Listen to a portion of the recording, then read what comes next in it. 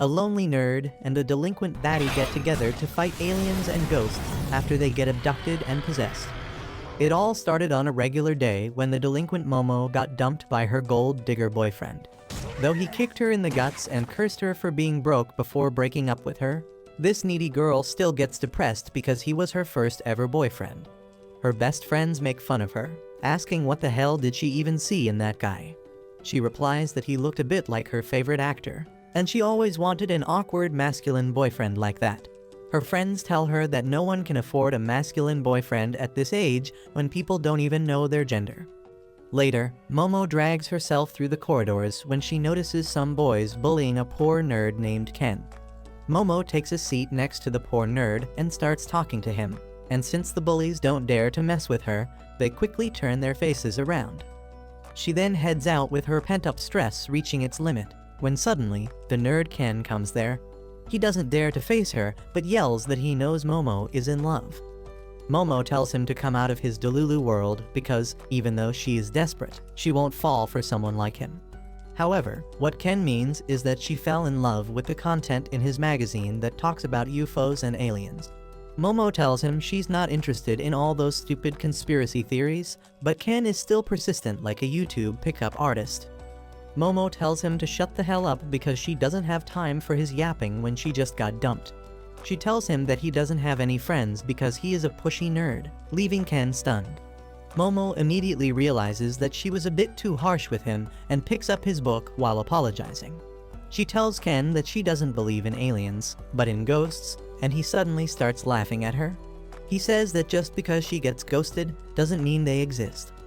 They start arguing about whether ghosts are real or aliens and decide to prove to each other that they are right. At night, Momo goes to a creepy abandoned hospital because according to Ken, that is the place where aliens abduct humans. On the other hand, she has sent Ken to an abandoned tunnel, saying that it is a spiritual hotspot with many ghost sightings. Ken is nervous, and as he heads closer to the tunnel, he feels the tunnel drawing him in. He asks Momo if she has ever seen a ghost. She tells him that she has not, but she is sure that ghosts exist because her grandma is a shaman, and she has learned all about ghosts from her. Because of her grandma, she always had to do a good luck ritual whenever she left the house and walked to the school while raising one finger above her head. Momo says she always felt odd doing that, and everyone made fun of her, so she got mad at her grandma for telling her to do something so stupid. That is why she had a big fight with her grandma and stopped doing the good luck ritual. However, she now understands that she was not mad at her grandma, but at the boys who made fun of her practices. She tells Ken that she was always proud of her grandma's unique job, and that is why she wants to believe in ghosts. Once she is done with her story, Momo asks Ken why he is into aliens. He tells her that he doesn't need a reason to like aliens, and she is fine with that. Just then, Ken sees some bloody footprints on the ground that stop right where he is standing. He immediately turns around to see if anyone is nearby, and to his horror, there is the ghost of an old hooker who tells Ken that she can give him a hawk tuah for $2. Ken freaks out and starts running away from her while screaming. Momo asks what's wrong, and he tells her that he just ran into a lewd old woman, trying to convince himself that he didn't just see a ghost. Momo tells him to stop running because the old ghost called Turbo Granny will chase after him, and if she catches up to him, he will forever be cursed. She is too late in telling this because the ghost catches Ken almost immediately, and Momo only hears his screams before the call ends and her cell phone screen turns red. She thinks that Ken is in danger and rushes to help him when suddenly, the lights of the building go out, and 3 weird-looking people appear. Momo wonders what the hell is happening and tries to run away, but the 3 men catch her. When she wakes up, she is being held captive in a special chair. The 3 men tell her that they are aliens from the planet called Serpo, where only males exist and they reproduce through cloning technology. Excessive cloning messed up their evolution chart, and they have lost all their basic emotions, so they are on Earth to find females here to help them kickstart a new generation.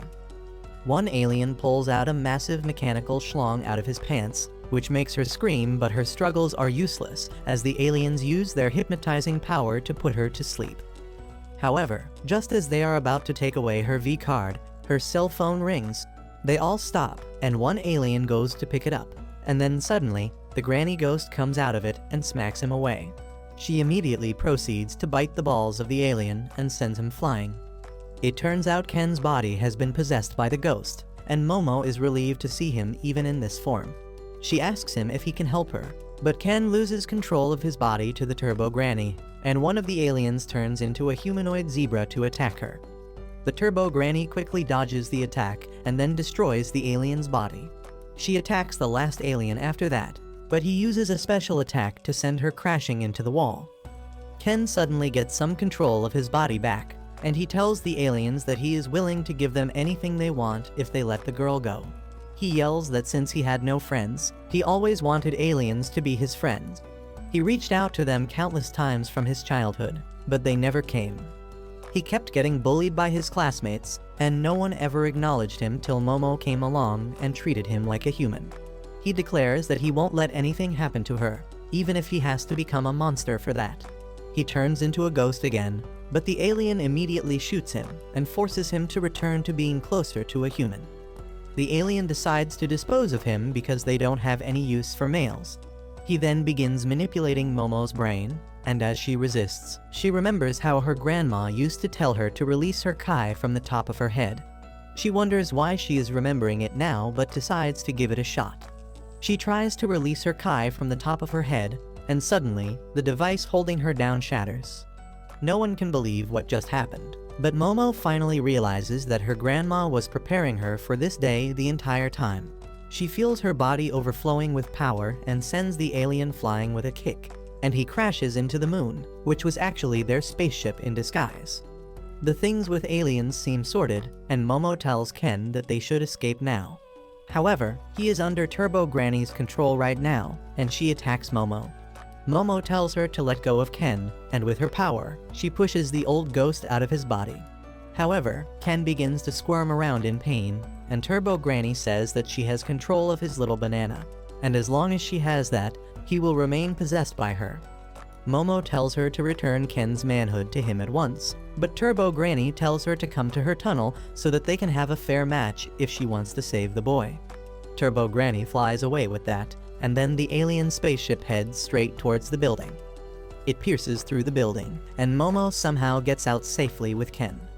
Later, she injects her kai into his body to keep him stable. They both realize that both aliens and ghosts are real, and now they have gotten too deeply involved with them. Ken asks how he can get free from this curse, and Momo tells him that they will need to beat the shit out of Turbo Granny to get her to free him. Ken says he will go there and work it out somehow and starts walking away. He takes off his shirt and pants and tells Momo to wear them and go home. She tells him that she can't leave him alone after all this, and he asks if she is sure. He says that he is just an awkward guy, and Momo suddenly feels a waterfall between her legs because Ken just recited a line from her favorite actor. She tries calming herself down and asks Ken for his name because she never got the chance to know it before. He replies that his name is Ken Takakura, which is the name of Momo's favorite actor as well, and her mind is blown away. She immediately starts throwing a tantrum because she can't accept that her favorite actor, who was the peak of masculinity, shares his name with this wimp.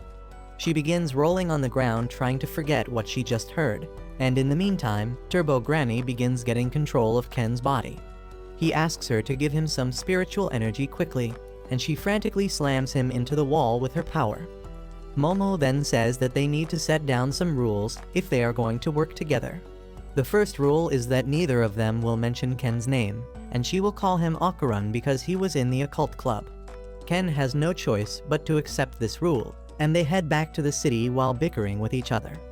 Soon, the sun rises, and Momo asks Ken to come to her home because he needs a shower and a fresh change of clothes along with expert help.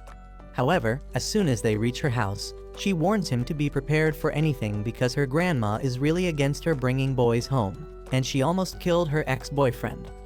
Ken freaks out on hearing this, and then as he enters the gate, his body suddenly starts burning. Momo throws him into the nearby canal in a panic and then finds that there was a talisman warding off evil spirits on the gate that caused Ken to catch fire. This dimwit removes the talisman so that Ken can come inside, and only after that does she notice that he got a new hairdo after almost burning to death. She leads him inside the house and finds that her granny is not home, so she tells him to wait outside the room while she changes. However, the moment she stops supplying him with her kai, he begins turning into a ghost again and barges into her room. Momo uses her power to slam him into the wall and tells him to turn his face away while she changes.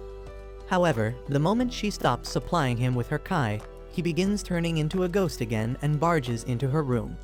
Momo uses her power to slam him into the wall and tells him to turn his face away while she changes. When she is done, she gives Ken some of her old clothes to wear in the meantime, but he is still too shy about being in a girl's room. Then suddenly, Momo asks him if what Turbo Granny said earlier means that he's literally like a Ken doll down there.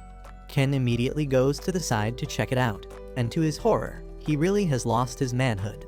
He freaks out, but Momo teases him, asking him to show it to her. Ken blames her for this because she was the one who challenged him to go into the tunnel, and she replies that he was the one who came to her first with the occult stories. Ken goes silent on hearing this and then admits that he was desperate about talking to her because he thought that they could be friends. He says that it was just his wishful thinking, and now he realizes that they are too different from each other. He apologizes to Momo for dragging her into the danger and tells her to ignore him once this case is resolved. Momo gets upset at this and tells him that if he keeps shoving people away like this, he will never have any friends. She goes close to Ken and begins poking him to get a reaction, and he suddenly calls her ugly. Momo snaps at this and grabs him by the collar, and Ken says that she has no tact and her words hurt his sensitive heart.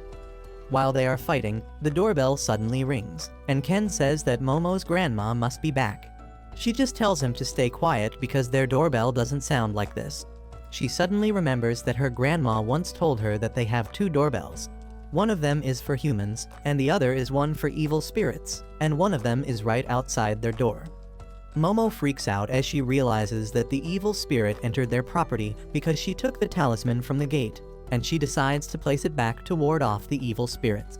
She tells Ken to wait outside their boundary till her grandma gets home, but just as they go outside, the sky turns dark, and then suddenly, the house and the garden are suddenly enclosed by thick stone walls. Ken and Momo freak out because now they are trapped inside and can't put the talisman outside the gate because the gate has been fused with the walls. Suddenly, they start bleeding from their nose, and Momo looks around to find the cause and sees a giant monster hanging upside down over her house. It calls them evil people who broke their promises and tries to punch them, but Momo pushes Ken away from danger, and the monster's punch hits the talisman and the wall. The giant sumo spirit chases them while demanding Ken to give him his banana, making Ken wonder where all this demand for his member was all his life before this day. He then says that the monster chasing after them is not a spirit, but an alien called the Flatwood Monster that has been sighted all over the world before. He believes that the doorbell that senses evil spirits got triggered by the alien, and there must be some similarity between the two. Meanwhile, the giant alien begins spewing poisonous black smoke from its mouth, and Momo says that if they don't do something about it, they will die. Suddenly, things become even worse as Turbo Granny begins taking control of Ken again, and while Momo tries to subdue her, the alien attacks them, destroying the house. They run away and take shelter in a storeroom where Momo manages to push the ghost back, but Ken's left hand still remains cursed. Momo tries focusing and dispelling the curse of the granny ghost entirely, but then Ken gets an idea. He asks her to let the curse take over him, because he can use that power to fight against the alien. Suddenly, the alien finds them and destroys the storehouse, and they barely make it out alive. Ken asks Momo to just release the curse on his body and keep the curse on his mind under control so that he can fight properly, and she tells him that she has not mastered her powers to that level. She still tries her best, and as the monster sends another shockwave towards them, she succeeds in giving Ken what he wants. He can now control his power fully and evade the attacks thanks to it. Momo is impressed, but to her shock, Ken has become a lazy and depressed person in this form. Just like me, but with superpowers. He drags himself towards the alien and just stands there as the alien smashes him with a clap. However, Ken dodged the attack at the last moment thanks to Turbo Granny's power and also tore away the alien's fingertips. Momo is confident that they can win, but then suddenly Ken coughs blood and loses his powers. The alien smashes him into the ground, but before he can do anything else, Momo pulls Ken back. He apologizes that he failed to use the power of Turbo Granny because his body couldn't handle it. He freaks out, wondering how they can defeat the alien monster, when suddenly, Momo gets an idea. Since the alien is using sumo moves, she thinks if they get its hands to touch the ground, it will be defeated as per the rules. Ken tells her that she is a goddamn genius and gets ready to attack the alien once again. With Momo's help, he enters his superpowered mode again and charges at the sumo alien, tearing through its leg with great speed. Momo finishes the job by using her power to force the alien to the ground, and just as its hand touches the ground, it melts. However, the alien has got some crazy core strength, and it does a backflip to get on its feet before its second hand touches the ground. It then grabs Momo and punches her against the wall, and the curse begins to take over Ken's body. The curse suddenly stops, and the confused Ken looks at Momo, who is still fighting back despite taking serious blows from the alien. She taunts it, calling it a cheater who keeps fighting even after touching his hand on the ground, and the alien begins pummeling her. Ken screams at her to let him fight, but Momo eats up all the punches till she is in a crater in the wall. Once she is confident that the depth is enough and she is out of the plot, she pulls Ken towards her and then puts the talisman back on the gate, reinstalling the protective field that burns away the alien. Momo hugs Ken tightly so that he remains out of the protective field, and after a few seconds, as the alien is completely disintegrated, everything returns to normal. Momo is overjoyed that they won, but then suddenly, she loses consciousness because of using too much energy. Ken tries to reach her, but then the Turbo Granny takes over his body. Turbo Granny lifts Momo up when suddenly a wooden brick and a nail hit her head and send her flying as Momo's granny Seiko, a total gilf, comes there. She says that she thought that her granddaughter brought another loser home, but this time, he is not even human. Turbo Granny immediately attacks the gilf from behind, but she has a protective barrier around her that burns the ghost before she can touch her. Seiko knew this is how things would play out, and just as she calculated, the ghost is already in a barrier she has set up. The ghost tries to attack her, but the barrier sets her on fire as soon as she touches it. Momo's grandma begins smashing Turbo Granny, but not in the way you all want to smash her. She beats the ghost with her bat to exorcise it, but Turbo Granny warns her that if she kills her, the boy she is possessing will also die. Seiko says that she doesn't care about that, and it will be better for her if the boys in Momo's life just vanish. She creates another circle around the barrier and then erases the first one a bit, burning the ghost. Hours later, Momo finally wakes up in her room, and the first thing she thinks about is Ken. She runs downstairs where her grandmommy is rewatching Friends like she used to do in her youth. Momo asks her if she saw a boy with glasses, and her grandma asks her if she sent the boy to a spiritual hotspot. Momo affirms and then asks what happened to Ken. Seiko says that she destroyed the evil spirit, and Momo freaks out. Suddenly, Seiko changes her attitude and brings up the grudges from the past when Momo told her that she was a fake and ghosts aren't real. The frustrated Momo bows down to her as she apologizes and asks her what she did to Ken. Her grandma tells her to head to the main shrine, and Momo curses her as she runs towards the shrine, thinking that she will find Ken's ashes there. She begins to blame herself for this because Ken just wanted to make friends, and she got him cursed. However, when she opens the door of the shrine, Ken is peacefully eating rice. He gets really relieved to see her because he thought he harmed her, but Momo shuts the door in his face because she suddenly realizes that she was worried about this nerd.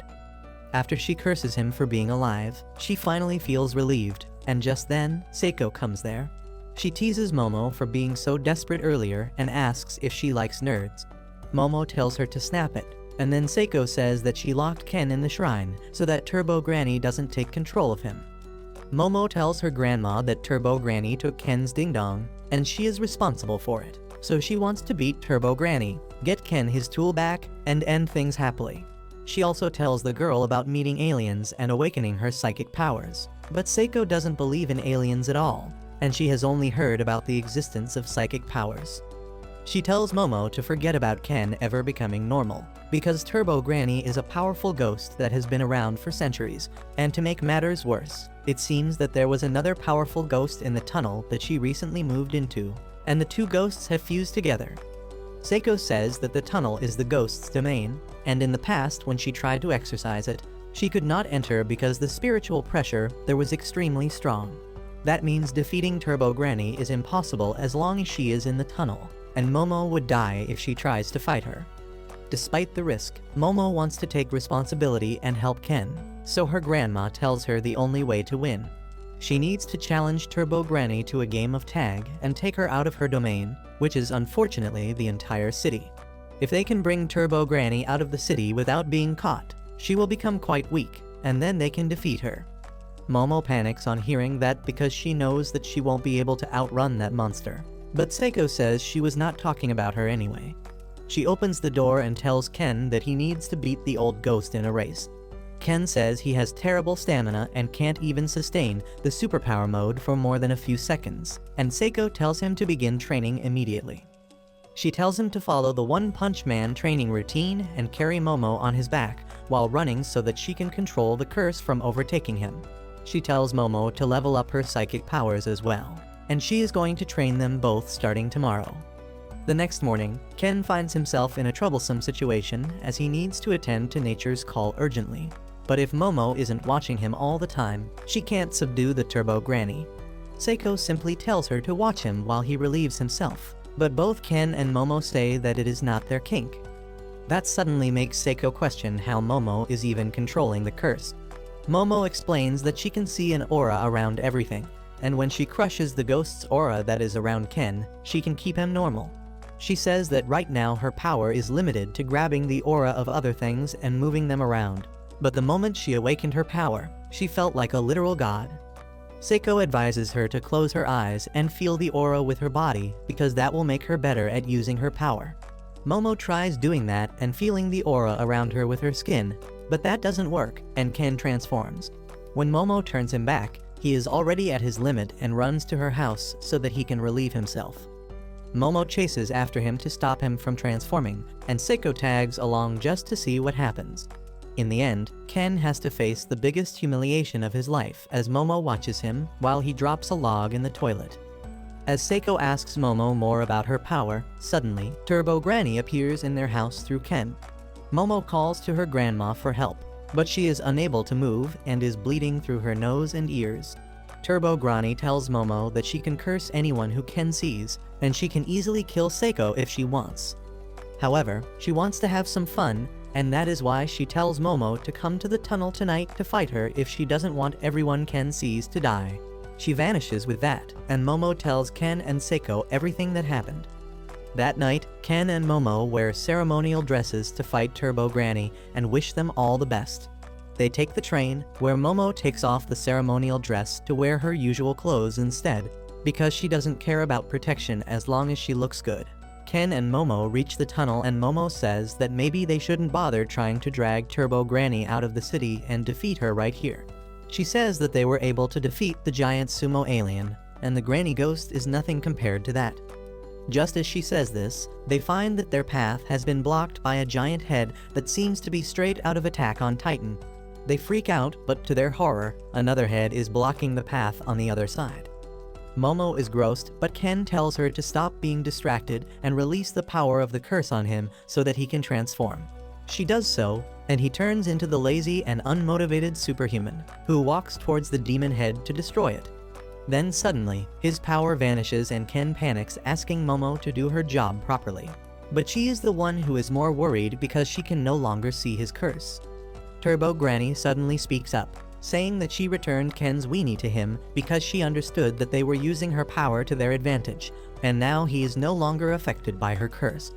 Both the mouths attack them together, and just as they are about to be eaten, Momo recalls her grandma's advice to taunt Turbo Granny about her speed, because she is easy to rile up.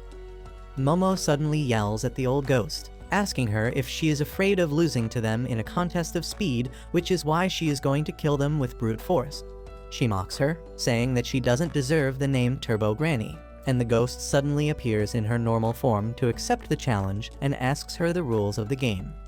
Momo says that they are playing tag, and she wins if she catches them, but only after she has counted for 10 minutes. Turbo Granny accepts the rules, and as she starts counting, Ken and Momo run away at full speed. However, the old ghost is a cheater, and she counts down to 10 minutes and 20 seconds and then begins chasing after them. She grabs Momo with her power and then encases her in a prison of meat. And as Ken tries to free her, Turbo Granny walks up to him and says she is going to count 10 minutes for him now. He says that it is cheating, but Turbo Granny says that Momo never specified how to count 10 minutes. She doesn't give Ken any time to react as she finishes his countdown as well. But right as she is about to touch him, Ken jumps at her and bites her with full strength. Turbo Granny can't free herself because of the ceremonial clothes Ken is wearing, so she decides to possess him first and then rips off those clothes. She thinks she should eat Momo and finish things quickly, but then suddenly, she is unable to move. The moment Turbo Granny possessed Ken, Momo could sense her aura, and she crushes her with her powers. Turbo Granny fights back and attacks her, but Momo manages to subdue her power, and Ken misses the attack at the last moment. They are happy because they have reduced Turbo Granny to a small snake. But then suddenly, the evil spirit of the tunnel begins attacking them and demands them to return Granny. Ken and Momo run out of the collapsing tunnel, but the evil spirit follows them by traveling through the roadside. It suddenly bursts out of the roadside in the form of a crab, but luckily, it is stupid and gets easily distracted. Ken asks Momo to let him transform, but she finds that incredibly hard because now the real body of Turbo Granny is inside him. She manages to control Turbo Granny's power and Ken transforms right as the crab is about to hit them. They run away at full speed, but Ken can't turn around a corner and jumps off the cliff instead. Momo begins screaming in his ear that they are falling, so he uses his full power and twists his feet like the blades of a helicopter because physics and anatomy don't apply to him. He manages to slow their fall and lands on the ground safely, but then suddenly, the crab spirit jumps on them. Momo is thrown into the air, but she freaks out as she sees dozens of faces on the evil spirit's back. She gets on Ken's back as he begins racing through the town, and people begin clicking their pictures because they think they are stupid. Momo realizes that no one can see the spirit crab, and even Ken appears normal to them. He tells her to stop worrying about small things because he is about to run out of gas. Momo comes up with an idea, and she directs Ken to a hot spring. The crab crashes into the building as it chases after them, and then Momo pours hot water on it, thinking that it will cook it, and they will be saved. Somehow her random bullshit go method really works, and they immediately resume running out of the town. Suddenly, they see a huge group of people running towards them, but only after they come close do they see that they are all zombies controlled by evil spirits. They begin running in opposite direction, and Turbo Granny laughs at them, saying that she borrowed help from some spirits at the local cemetery to stop them from going outside. They suddenly find themselves surrounded on all sides, and even the crab is back in action. Momo tells Ken to go full throttle, and he says that it won't help them get out of the city. She tells him to trust her, and turns him into his superhuman form. Turbo Granny says that she has won, because Ken can go full throttle only once since he used one charge on the helicopter move. Momo gets on his back, and Ken dashes ahead at full speed. Momo clears his path using her power and uses it to swing across the buildings like Spider-Man. They cross the horde of zombies, but the crab is still in front of them. Momo yeets a car at it, and then Ken runs over it and leaps over the building behind. Momo corrects their direction by swinging from a pole, and they can see the train that leads out of the city, but then Ken returns to normal. Momo uses her force ability as wings to slow them down and also helps Ken transform once again so that he can help them land safely. However, as they hit the ground, Ken loses consciousness after reaching his physical limits and Momo can't do much either. She tries to wake him up and then suddenly notices that she let go of Turbo Granny during the landing. To her shock, Turbo Granny and her army of spirits is right in front of them, and she fuses with a crab spirit to kill and eat them. She taunts them, asking if they plan to challenge her again, and says how long do they want the countdown to be this time. Momo suddenly says that she only needs 1 second to get away from a slowpoke like her. Just then, a train passes overhead, and she grabs it with her power, getting on it and away from the ghost army. Turbo Granny chases after her and gets on the train, saying that she has nowhere to run now. Momo says that is her line, and grabs her with her force hands as the train nears the boundary of the city where Seiko is lying in wait to finish the job. Turbo Granny strains to reach Momo, but the train crosses the city boundary and enters the barrier erected by Seiko just then. the power of the barrier burns Turbo Granny and the crab, and the spirits that were inside them are released as they turn to ash. Soon, the train stops at its final station, and Momo drags Ken to the platform, and he wakes up with his mind still in the middle of the battle. Soon, Seiko comes there to receive them, and they go to the tunnel to pay respect to the girls who were violated and killed there, and then turned into evil spirits because of that. Seiko says that shamans like her have chased after Turbo Granny for a long time, and she always was found near places where spirits of girls who were tormented were present. She says that maybe Turbo Granny just wanted to support them, but humans and ghosts should not intervene in each other's business if they want to exist peacefully. After that, they return to Momo's home, where Seiko and Momo begin fighting over crab meat, but Ken can't eat anything after everything they have been through. He soon gets ready to go home and Momo tells him that she will see him tomorrow, making him realize that he now has a friend. The next morning, Ken hides behind a pole as he prepares himself mentally to say good morning to Momo. However, as he reaches the school gate and finds Momo waiting there, he suddenly starts getting cold feet. He thinks that she might be waiting for someone else, so he meekly ignores her, but she bumps into him and tells him that he is too late. She keeps talking about the aliens that kidnapped her, and Ken keeps listening because he still can't believe that a girl is talking to him. However, as soon as he reaches the class, he gets treated like crap by everyone as always, but Ken decides to forgive them all because he is in a good mood today. On the other hand, Momo is totally dazed out, and even when her friends shine mirrors at her, she doesn't react. They are worried about her because she didn't reply to their texts and didn't even come to school yesterday. They think that maybe she went back to her loser ex, who rejected her again, and now she is heartbroken. Momo sighs and lies down on her table, and her friends think that she is about to cry. But in fact, she is just trying to suppress the urge to talk about aliens with Ken. He too feels the same and blames himself for being a wimp and not being able to answer Momo's questions this morning. They patiently bide their time and, during lunch break, head to each other's classrooms that are right next to each other, but because of the huge crowd, they pass each other. They try to check the cafeteria and the snack distribution on not finding the other in the classroom, but timing is a bit, and they miss out on each other once again. They sit on benches on either side of a corridor and begin thinking that maybe their friendship isn't going to work out.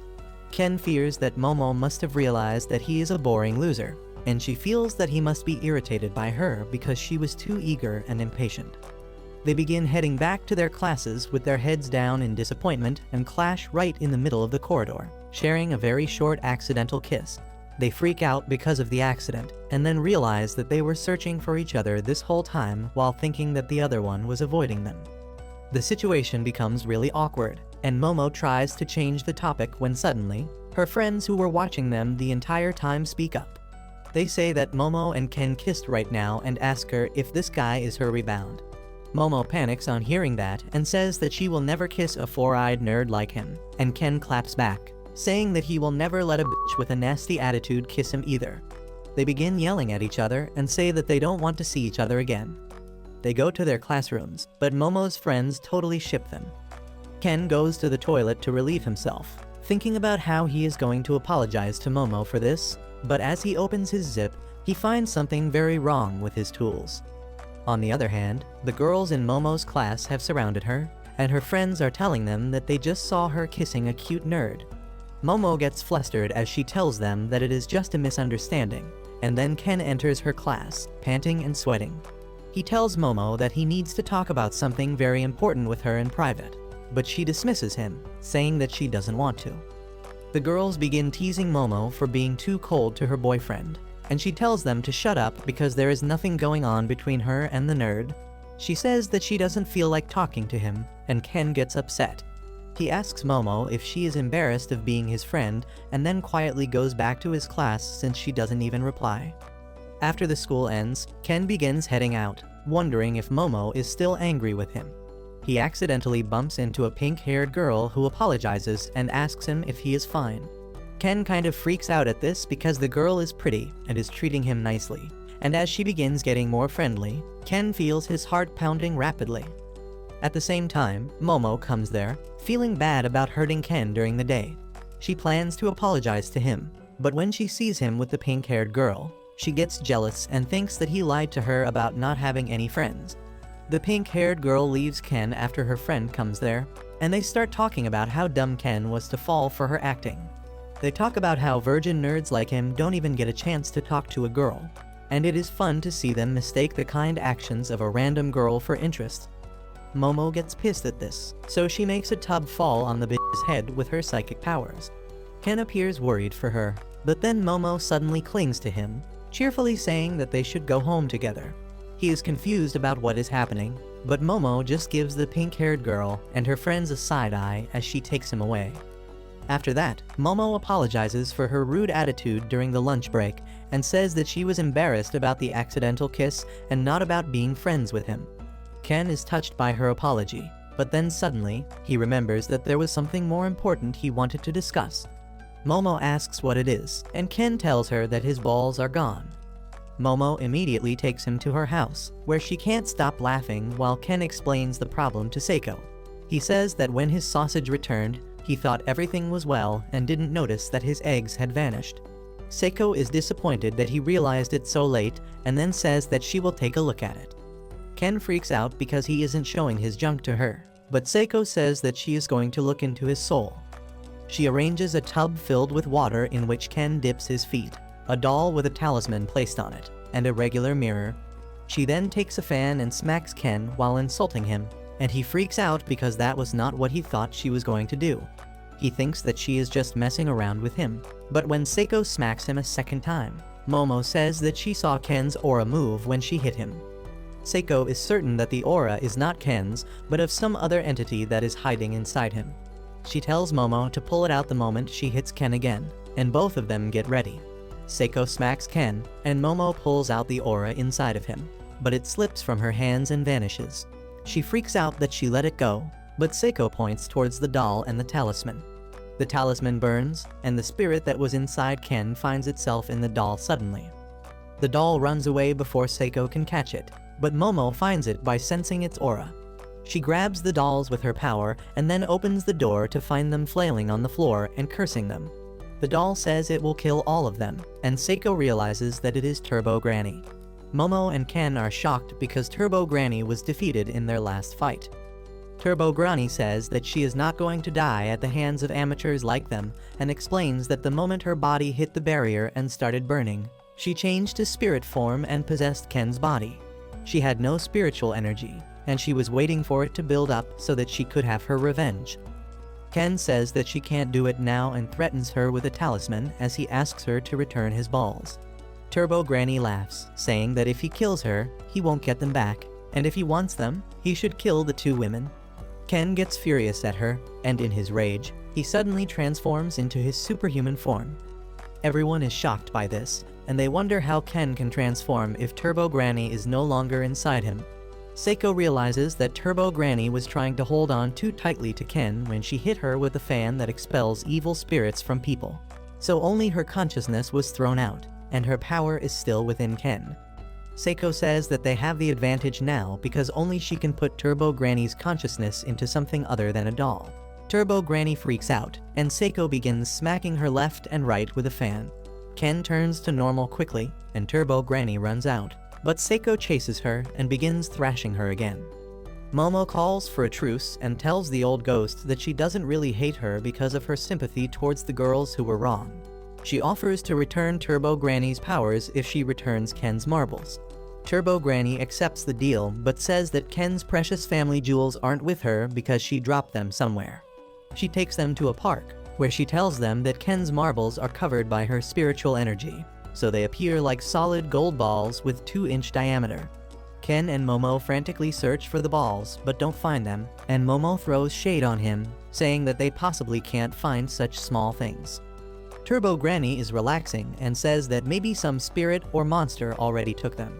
She explains that Ken's marbles were full of life energy, and spirits love collecting things like this because they believe that collecting life energy can turn them back into humans. Momo panics because it means finding the balls is even harder and asks Turbo Granny for help, but she tells them that it sounds like a you problem.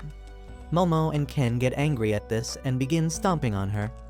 The next day, as Ken enters his class, some guys immediately get friendly with him, asking if he is dating Momo. Ken says that he is not, and they ask him to hook them up with Momo because she is a smoking baddie.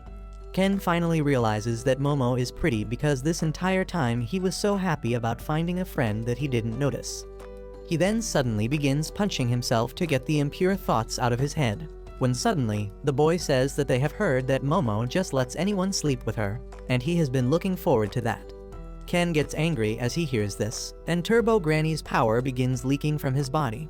He grabs the boy by the collar and transforms, telling him to stop spreading fake rumors about Momo. The boy is brought down to his knees by the intimidating power, and Ken frantically apologizes as soon as he turns normal.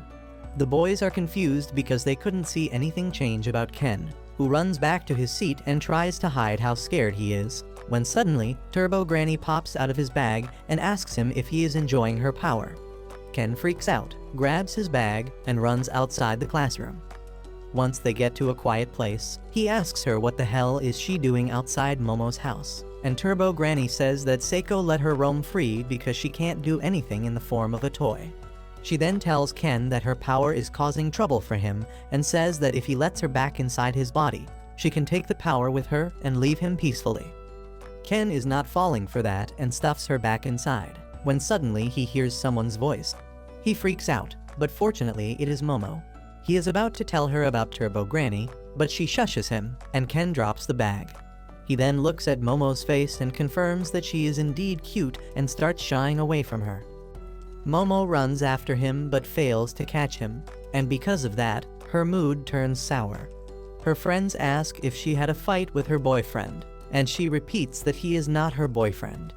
Her friend says that Ken is a good guy because she heard that he fought some boys in his class because they were bad-mouthing her and calling her a hoe. Momo is even more confused about why Ken is avoiding her now. On the other hand, the person behind the rumors is the pink-haired bitch named Era, who has a superiority complex, and she thinks that she is the reason everyone comes to school. Because she was humbled the other day when a tub fell on her head and Momo took Ken away, she wants to get back at her by spreading rumors that she is an easy rider. However, the reason for her hatred is not simply petty. She was able to see Momo's psychic power that day, and now she is convinced that Momo is a demon, and she is the hero who has been chosen to stop her. This Delulu dummy has proof that she is the chosen one because she has a golden ball that fell from the sky, which is obviously a sign from above. It all happened on the day Ken and Momo were fighting Turbo Granny on the train, and she dropped Ken's marbles. One of them landed on Era's head, and as she picked it up, she became able to see the spiritual world. Ever since, she has been carrying Ken's left nut in her pocket and caressing it often, unaware of what it truly is. Suddenly, her friends come with some things she asked them to bring, like an exorcism handbook and an old cross.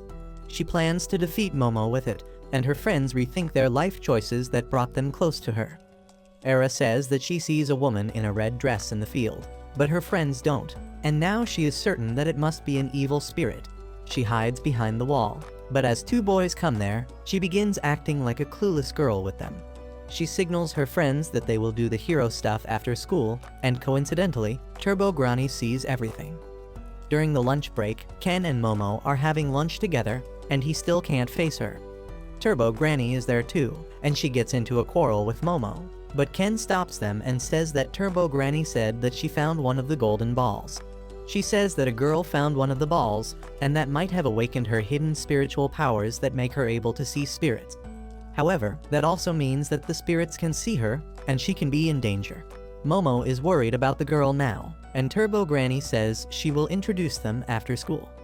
As they get together after school to search for the girl, Era approaches them and asks to talk to Momo in private. She seems quite sincere, so Momo decides to deal with her quickly and tells Ken to wait for her. And only after they are gone, Turbo Granny reveals that Era is the girl she was talking about. Era leads Momo to an abandoned warehouse, where her friends were lying in ambush. They pin Momo to the ground and zip-tie her arms, and then Era sits on her and tries to exorcise her with the cross. Momo uses her power to throw her friends into the trash, and Era is even more sure that she is the demon now. Since her cross is not working, she takes out the golden ball and presses it to Momo's face, saying that it is the holy weapon that will help her save the world. Momo tries telling her that she is pressing Ken's family jewels against her face, but Era doesn't believe her. Just then, Ken comes running there, telling Momo that Era is not the bad guy here, but she is being targeted by someone very evil. Just as he says this, an evil spirit pounces on Era, taking her with her. The spirit calls herself Era's departed mother, and claims that she has been watching her all this time, and now that Era is finally able to see her, she wants to always stay with her. Ken transforms to free Era, but the spirit is faster than him and easily catches him. She swallows Ken whole, and Momo tries to stop her, but she can't use her full power because her hands are tied. The spirit smacks her away and then swallows Ken, before turning to Era and telling her that she has been waiting for her to see her for 10 years since the first time she was able to see her accidentally in childhood. Era is unable to process anything, and she asks the spirit if she is not Momo's minion. Just then, Momo appears out of the rubble and tells the spirit to give Ken back. Era realizes that the spirit is not related to Ken, so she suggests that they work together to defeat it. Momo doesn't want anything to do with her when suddenly Turbo Granny crawls out of the rubble with a smartphone she swiped from Momo's friend. She searches about the spirit online and finds that she is a rookie called Acrobatic Silky. On the other hand, Era calls Silky a monster and says that she has the power to defeat her. This upsets Silky, who swallows the girl whole and then blames it on Momo for corrupting her daughter's mind. She shoots out her hair and grabs Momo, while Turbo Granny refuses to help her in this situation. Silky asks Momo to apologize, but she tells her to eat shit, and the enraged spirit swings her around, dragging her through the walls and then slamming her into the ground. She has blindfolded and strangled Momo and asks her to call her mommy if she wants to be forgiven. Momo calls her a piece of shit, and the enraged Silky swallows her too, and then begins crying for her child. Suddenly, Turbo Granny comes to her and tells her to release the kids she swallowed if she wants to live.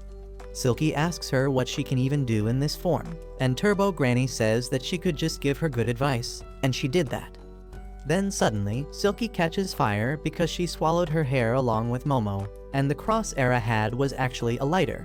Momo used that lighter to set her on fire, and Silky is forced to vomit everyone out as she pulls out the tuft of burning hair from her belly. Silky thinks about the time when she was still a human and had lost her daughter. She kept running around the city frantically, trying to find her, and that memory makes the feeling of Era being taken away from her even more intense. She curses Ken and Momo for taking away her daughter and throws steel beams at them with her hair. They run away through the narrow spaces in the warehouse, and Momo tells Ken that she has a plan. Silky finds them just then and hits Momo away with her hair before turning her attention towards Ken. She attacks him, but thanks to his transformation, he is able to evade her attacks while carrying Era. Silky uses the tricky layout of the warehouse and her acrobatic skills to close in on Ken, and then knocks him away with a kick. Era is unconscious and defenseless now, and Silky begins approaching her. She has come to the fact that Era won't call her mommy anymore, but she still wants to be with her forever, and her idea of doing that is devouring the girl. She begins walking towards Era, when suddenly she finds that she cannot move ahead. Silky wonders what is going on, and then Momo comes to tell her that her own power has turned against her. Silky can bind anything with her hair, but she cannot leave the things after grabbing them. That is why she is stuck, and then Ken also comes there to support Momo. Suddenly, Silky starts destroying the steel beams to break free, and Momo grabs her legs with her power. She tells Ken to go full throttle and blow the spirit away, but he doesn't know how to do that. He says that whenever he used his power at full throttle, they were in a desperate life or death situation, and he doesn't know if he can do that now. Momo tells him to just kick Silky with all his might, but while they are bickering, Silky tears her hair and attacks them. Momo kicks Ken to save him from Silky's attack and then tells him to hurry up and deal with her. Silky tears through the psychic power and then regrows her hair instantly to attack Momo, but Ken activates his power at the same time and charges ahead, headbutting Silky with his full strength. He slams her through the wall and into the next building, knocking her out. Momo is impressed, but Ken is already out of gas, and Turbo Granny kicks him because he could use her power just once. Momo asks if she should call her grandma to exorcise the spirit, but Turbo Granny tells her to not bother with it because Silky ate one of her attacks right now, and she won't be able to use her power for some time. She then reveals that Era has the golden ball and goes to retrieve it, while Momo wonders how the girl is related to Silky. Turbo Granny soon finds Ken's golden balls, and while he is rejoicing, she drops the bomb that Era is dead. Ken and Momo freak out, and they go to check on Era to find that she really has no pulse. Turbo Granny tells them that it is no surprise because she was eaten by a spirit, and since she wasn't too strong, she was easily killed. Momo tells her to shut up and call the ambulance while she tries jump-starting Era's heart by squeezing it with her power and gets Ken to give the girl some oxygen. It doesn't work, and then Silky wakes up. Ken goes to fight her, but the spirit says that she wants to help them in bringing Era back to life. She asks Momo to take her aura and give it to Era, because that will provide her with the life force needed to bring her back. Momo doesn't trust her and says that she will definitely try to eat them again, and to prove that she doesn't want to harm them, Silky tears apart her mouth so that she can't eat anyone again. Momo is dumbfounded, but then Turbo Granny tells her that using Silky's aura is the only way to bring Era to life. Momo still doesn't trust the spirit, so she tells Ken to transform and stand by in case she tries anything. She then grabs Era's and Silky's aura, acting as a channel between them. As her aura is being taken away, Silky remembers the time when she was alive. She was a single mother who took multiple jobs to support her daughter and even worked as a hooker to get some money. Her daughter was the only source of joy in her life, and they were happy together. Then, on the night of her daughter's birthday, two thugs broke into their house. They thrashed Silky and took her daughter away. She frantically tried to search for her, but collapsed on the road and died there. After becoming a spirit, Silky's memory began fading away. But then one day, the young Era accidentally touched her, thinking that she was her mom, who had just died. The girl did not know that Silky was a ghost, but on seeing her, Silky was reminded of the daughter she had lost. She could not remember her daughter's face, so she believed that she was Era's mother and swore to protect her this time, turning into a monster for her sake. Suddenly, her flashback ends as Momo finishes transferring her aura into Era's body. Momo falls to her knees, and Ken gets ready to fight Silky, thinking she did something to her. Momo tells him to stop with tears in her eyes because she could see Silky's memories, and then Era suddenly wakes up. Silky apologizes to her for turning into a monster who tried to hurt her when she just wanted to protect her.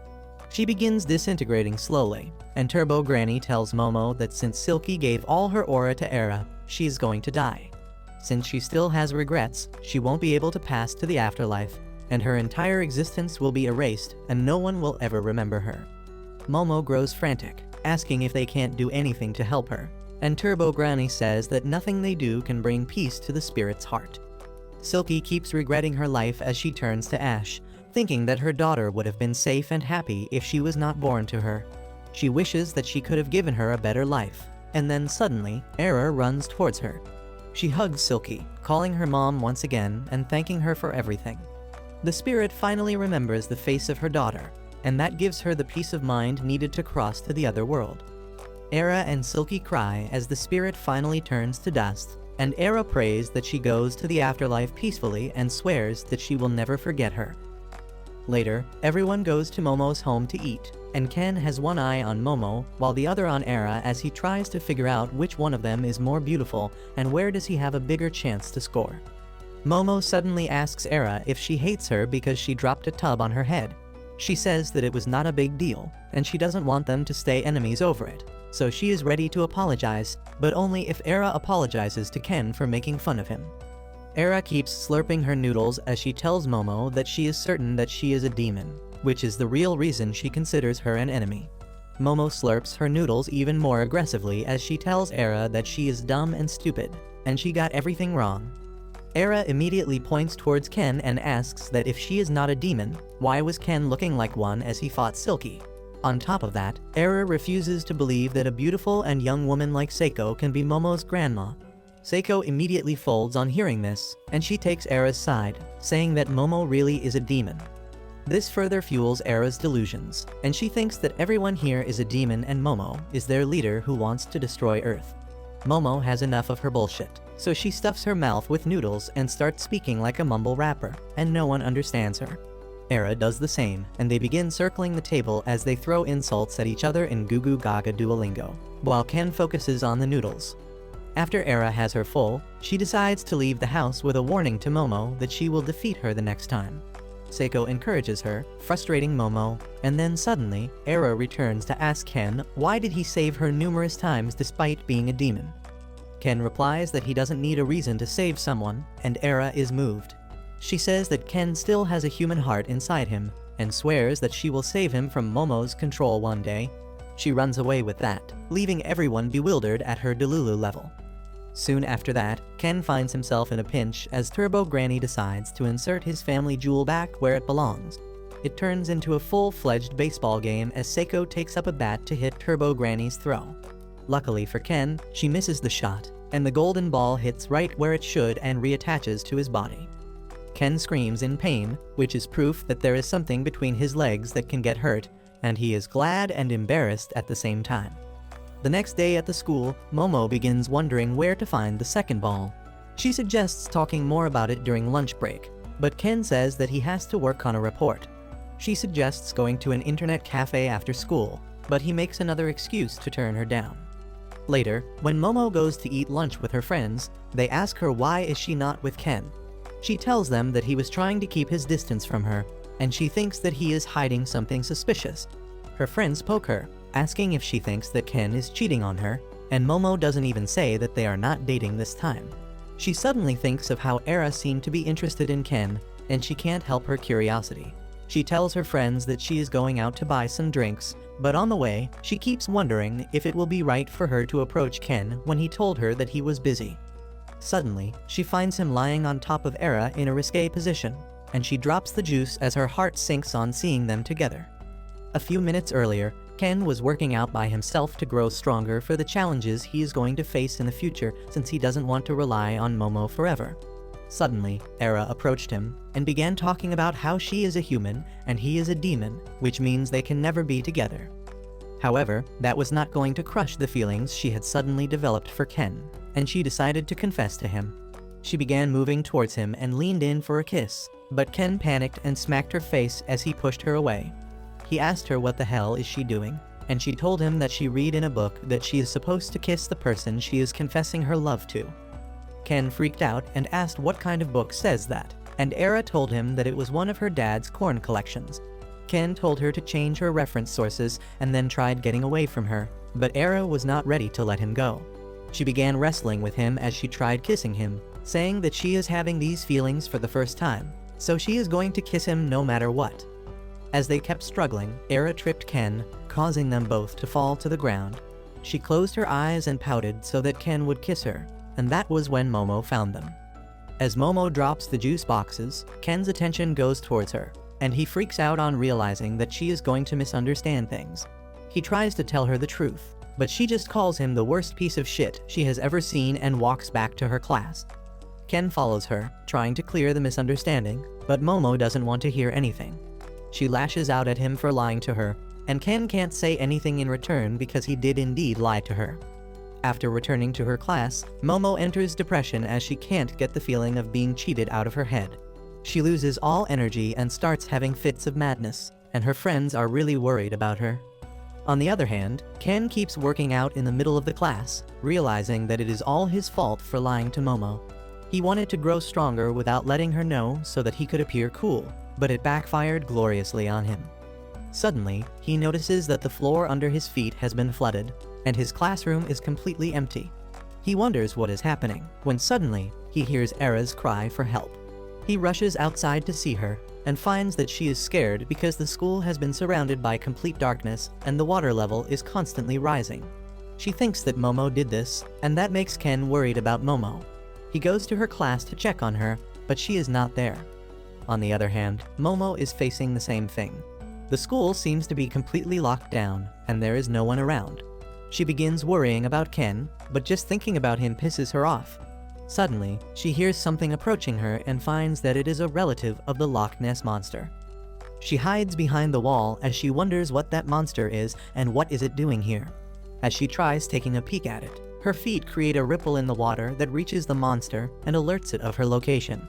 Momo crouches to hide and fear grips her as the ripples from the monster coming towards her grow stronger. The monster then pukes out a lot of water, and then releases a destructive laser beam that it shoots all around the corridor, totally ruining the building. However, on not seeing anyone dead from it, the monster decides to move away. Momo is somehow safe after that attack, and she grows even more worried about Ken now. On the other hand, Ken and Era hear the sound of the monster's attack, and Ken realizes that this incident must be like the time they were assaulted by an alien in Momo's house. He tells Era about it, and she finds it hard to believe that aliens exist. As Ken assures her that aliens exist and they are really interested in human reproductive organs, a monster suddenly appears in front of them. This mutated Hitmonlee attacks Era without warning, but Ken transforms into his superhuman form to take her away from danger. He tells her to get lost because he can't fight while protecting her, but then suddenly, he begins feeling a powerful pressure that undoes his transformation and slams him to the ground. Suddenly, the 3 weird aliens that kidnapped Momo in the past appear around him. They tell Ken that they want his banana, and Era steps up to protect him. Ken tells her to run away because she is in the worst kind of danger right now, but the aliens are not interested in her right now.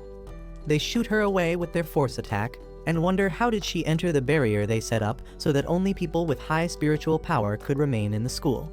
They then tell Ken that they want his banana because it is special. He has shown powers that are beyond science, and they want to research them and transplant them into themselves. Ken feels completely powerless right now, and he tries telling them that it is the power of the curse and he is actually a weakling, but the aliens say that they will find everything about it in their research. They lift him up and begin tearing his clothes so that they can cut off his banana and study it, when suddenly, they are tied down by pink hair and a fast spinning thing hits them. Everyone is confused, and then suddenly the spinning person stops, and it turns out to be Era, who has obtained the powers of acrobatic Silky, and she is going to use them to protect Ken. As the aliens are sent flying, Ken falls to the ground. Era turns to face him, and then quickly covers her face because she saw his banana. Suddenly, Silky takes over her personality, and then the aliens realize that she also has high spiritual power level. They send the boxing mushroom after her, and Ken runs to the class to find something to cover his body while Era stays back to fight. The mushroom throws some punches at her, but Era jumps over him and rushes towards the alien instead. He shoots a 4-wave towards her, knocking her down. Era wonders what the hell just hit her, but then the boxer rejoins the action. He keeps throwing jabs at Era, who dodges him for a while and then pushes him back. She hits him with a powerful kick, and though he blocks it, the next kick hits his chin and sends him crashing into the roof. With the boxer being stuck there, Era rushes to attack the alien, but he uses his ability to slam her against the wall. Suddenly, the other 2 aliens also get up and shed their disguise to become the zebra-like creatures they are. They tell Era that she is quite fast, but her strength is lacking. Despite that, she is an interesting specimen, and they will take her bananas for research purposes. Era says that he will never lose to them, and then a punch from the mushroom sends her crashing through the wall. Before the aliens can further harm her, Ken yells at them to stop, and then comes out from the rubble, desperately hiding his man parts.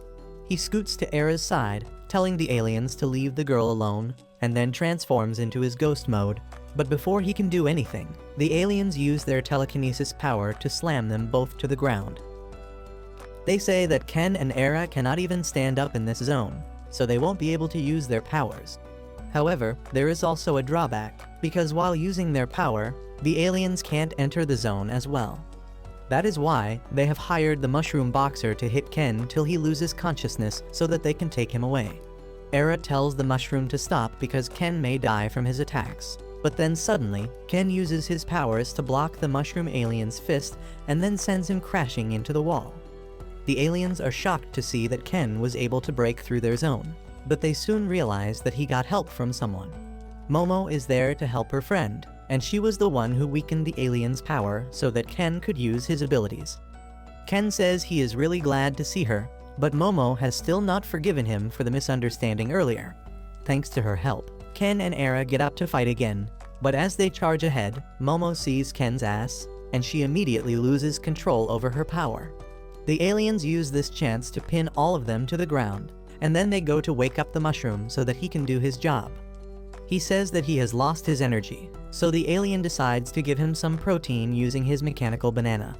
The mushroom cries for help because it is being assaulted, but then the alien transfers his genetic data inside him, causing him to evolve. The mushroom evolves into a zebra-striped mantis and launches some super-fast jabs at Ken and Era. Momo regains control and holds the aliens back. They tell the Mantis boxer to get her first, but Ken and Era get up to defend her. Era attacks the Mantis first, but he is too fast for her and slams her into the roof. Luckily, Ken can see its moves clearly, and he uses his super speed to protect Era from the alien's next attack. The alien attacks him again, but he dodges easily, and then Era lands a solid kick on the alien's head. She does salsa with Ken, borrowing his speed to continuously attack the Mantis alien's weak point to knock it out. Suddenly, the water under their feet turns green and rises up to swallow them. The flooring vanishes, and they suddenly find themselves in a bottomless water body, and even the walls and the ceiling have turned into water. Everyone is confused, and then suddenly, Momo notices Knock Less Monster's cousin above them. She knows that it is bad news and tries running away, but Ken is astonished to see Nessie, who is one of the many undiscovered mysteries of Earth. Era tries getting close to him by showing interest in his interests, and Momo tells them to die together, if that is what they want. Turns out that the aliens had employed Nessie to keep Momo down while they dealt with Ken, and they angrily tell her that they are going to cut 60% of her pay for failing to do her job. In response, Nessie shoots a laser beam that cuts him 50% off instead. Everyone freaks out on seeing this, and Momo and Ken begin swimming away as fast as they can. Suddenly, something hits Era and sends her into the water overhead. Momo thinks that Nessie got her for good, but it turns out to be the Mantis alien, who is actually a Mantis shrimp, the real one-punch man of the animal kingdom. Its punches are 10 times more powerful underwater, but it can't breathe there and has to come up to the surface to breathe. Momo tells Ken to use Turbo Granny's speed to take him down, and he activates his superpowers as he dives into the water. However, he struggles to even move from his place and comes back up, telling Momo that Turbo Granny can't swim. The Mantis guy gets underwater again and chases after them, throwing powerful punches, and they swim away as fast as they can. Ken says that they need to get Era back and then escape, but Momo says that she can't use her powers while they are being chased constantly. Ken tells her that he will keep the Mantis distracted while she rescues Era, and she tells him to stop putting himself in danger. She says that all this happened because he was too busy making out with that thought, and Ken explains that he was not. They forget about the danger at hand and start a screaming match, when suddenly, Ken holds Momo's hand and tells her that if she feels bothered by something, she should talk to him about it.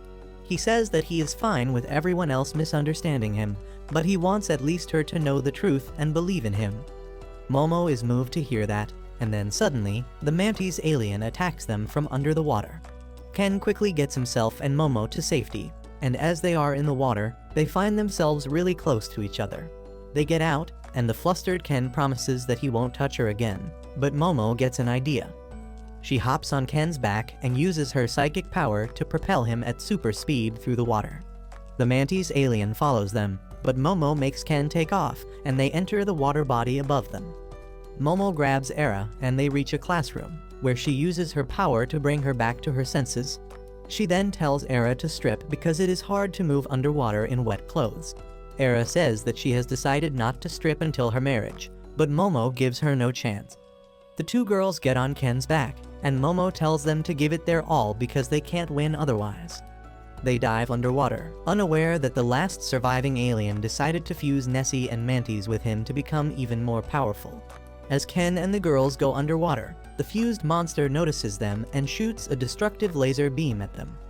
Momo manages to steer Ken to safety, and then the monster runs out of water, so it can't shoot anymore. It begins recharging water, and Ken and the girls realize that if they can stop it from sucking the water in through the holes on its neck, they can defeat it. They ride Ken to reach close to the monster, and Era attacks it first. She goes close to it, but the monster surprises her with the Mantis punch, sending her away. It then shoots the laser beam at Ken and Momo, who somehow escape it and rescue Era on the way as well. Ken says that they can't defeat the creature underwater, but if they were on land, they would have a chance. Momo gets an idea, but then a torrent of water sweeps over them again, drowning them. The fused alien monster is in front of Momo, and it decides to kill her first before researching her. It punches her with full strength, but Momo was waiting for that. Just as the Mantis punch is about to hit her, she uses her full power and displaces all the water in the surrounding, causing the alien's Mantis arms to burst. Momo confidently tells the alien that they studied about the mantis shrimp today and learned that if it tries to use its full power out of water, it will damage its own body, just like what happened now. The alien suddenly gets rid of most of his body and turns into an eel to bite Momo and take her away from the surface. It begins absorbing water to blow her away, when suddenly, Eri uses her power to restrain it and stop it from feeding the water to its mouth. Ken is perched on the hair rope, and as Momo uses her power to create air tunnel inside the water, he charges ahead at full speed, rescuing Momo and tearing through the alien. They hug each other tightly as the alien monster is destroyed, and soon, they find themselves lying on solid ground. They are relieved, and Momo says that thank God it is solid. Ken replies that's what she said, and they laugh. But then suddenly, other students notice them hugging tightly without wearing anything, and begin screaming and recording them. Ken and Momo freak out as they realize what just happened. They run away immediately, and Era also joins them, further increasing the confusion and curiosity of their schoolmates. Soon, the three of them find themselves in the office of the school nurse queen, who looks less like a nurse and more like a dominatrix. She coldly asks them if the reason they were found in the hallway without clothes was because someone was bullying them, and they tell her that it is not the case. Queen tells them to feel free to talk to her because she doesn't tolerate bullying, when suddenly, an old bald man comes there to call her to the principal's office. Queen first whips him for opening the door without knocking, and then tells the students to stay in the office for as long as they like. Once she leaves, Momo and Era freak out because they were seen in a compromising position by everyone, and now their high school life is going to be ruined. Momo begins cursing the aliens for being so persistent, and then asks Era since when was she able to use acrobatic Silky's power. She replies that her powers awakened right in the middle of the fight, and Momo thinks it is understandable because they transferred Silky's aura into her to save her life. Ken speaks up, saying that the aliens were after him and Turbo Granny's powers this time. He believes even though Era's powers help them this time, they might put her in danger the next time, and she starts blushing, thinking that he cares about her. Ken says that the aliens seem to want the power of spirits possessing them, and Momo asks why don't they target the spirits directly then. Ken suddenly has a eureka moment, and he excitedly declares that he understands everything now. He pulls the whiteboard and explains that the aliens have been spotted a long time ago, but they have not made any attempts to invade Earth because of the ghosts and other supernatural creatures who are protecting Earth since it is their home. He says that despite their advanced technology, aliens can't defeat the supernatural monsters because they don't understand them, and that is why they want to capture and research people like them who have supernatural abilities. Momo and Era are blown away by his theory, but then their attention returns to the fact that they were seen by the entire school in their underwear, and they begin panicking. Era says that she will tell everyone that Momo forced her and Ken to strip, and surprisingly, Momo lets it slide because she doesn't care. Just then, Era's friends come there to take her away, and they have already started seeing Momo as the villain. Ken asks her to say something to clear the misunderstanding, but Momo replies that the only misunderstanding she cares about right now is when she saw him on top of Era. She asks him to explain things clearly to her, and he says that Era tried to kiss him, and as he was resisting, he fell on top of each other. Momo asks him what the hell was he doing there in the first place and starts nudging him to spill the beans. Ken nervously tells her that he was working out in secret so that he could become strong and look cool in front of her. Momo is overwhelmed by this surprising information, and she says that Ken has a masculine side to him after all. He is flustered as he reminds her that he is a man, and Momo starts teasing him, asking him why did he want to look cool in front of her. Ken can't keep up with her, so he decides to leave but tells her that he won't say anything that will make her look like a villain. Momo stops him, and she is too embarrassed to say anything. The romantic tension between them rises, but at the last moment, Momo's friends barge into the room, freaking them out. They ask Momo what the hell happened because they heard that she was hugging Ken naked in the hallways. Momo simply replies that they won't be able to understand even if she tells them, but one of her friends thinks that she is Sherlock Holmes and begins to create a theory from the facts they have. She begins saying that since Ken, Momo, and Era were found naked together, it can only point to one thing, which is an intense love triangle in which two girls fight for the guy's attention. They begin saying that Momo was sulking the entire time in the class and asking the mantis shrimp to teach her how to punch so that she could beat Era and take Ken for herself. Momo tells her friend to stop creating a story, but her other friend points the light towards Ken, calling him the culprit behind this scandal. On the other hand, Era is back in her classroom, surrounded by her friends who want to know what happened earlier. She acts dumb and innocent as always and says that she doesn't want to talk about it. But then everyone starts blaming Momo for this. Era's friends remark that she had been bullying Era ever since the washtub incident, and then other people also start bringing up the rumors about her being a hoe. They begin plotting ways to get revenge against her, but Era can't bear this anymore, so she tells everyone to stop slandering Momo. She reveals that she was the one who spread those fake rumors about Momo, and she is not a bad person. She leaves the class with that, and goes outside to bang her head on a bench because she just sacrificed her popularity to keep Momo safe. Momo arrives there soon, and they start bantering again while discussing how things went in class. Suddenly, they hear a familiar voice and turn around to find the mushroom boxer in front of them, covered in a white fluid. He says that he won't return home empty-handed because he has to make money for his family, and Era and Momo quickly get into battle mode. However, before the mushroom can do anything, he passes out, and in his dream, he sees his crying son and wife bidding him goodbye as he goes to work. He wakes up with a start as the dream ends, and to his shock, he is lying in a bed, covered in bandages. He is confused about what is happening to him, but in front of him, Momo is telling her grandma that this guy here is a real alien. Seiko refuses to believe that, and says that he looks like a water spirit called Kappa instead. The mushroom boxer gets up and takes his stance, but Momo tells him not to try anything because her grandma won't show any mercy. Suddenly, his feet hit the plate of food Momo had prepared for him, and he grits his teeth in desperation before falling to the ground and then starts crying. He says that no one has ever been so kind to him, and swears that he will never harm them again as he stuffs his mouth with food. After that, Seiko treats everyone to a lavish lunch as always, and they start fighting amongst each other as usual. After that drama ends, the alien tells them that he is from a war-torn planet and his son is sick. If he is not given blood transfusion each day, he will die, and to afford that, he needs a lot of money. He says that while other members of his species are strong and work as soldiers, he was weak and had to take any odd jobs he could find. He then starts crying about his weakness because he couldn't earn enough money to save his wife's life when she was sick. He apologizes for hurting Ken and others and starts crying again. Suddenly, Ken volunteers to offer his banana if that is going to fetch a good amount in alien market to help the poor guy. Momo asks him if he has lost his mind, but Ken says that he just wants to help a person in need, and he can always go and reclaim his banana. As they begin quarreling about that, the alien suddenly agrees with Momo that getting a huge amount of money in one go will not help him, and he needs to find a proper job. He refuses to be a burden on them anymore and decides to leave them alone. But then Seiko tells him that he stinks. Ken takes offense to that and calls her racist, but she doesn't give a shit about his political correctness.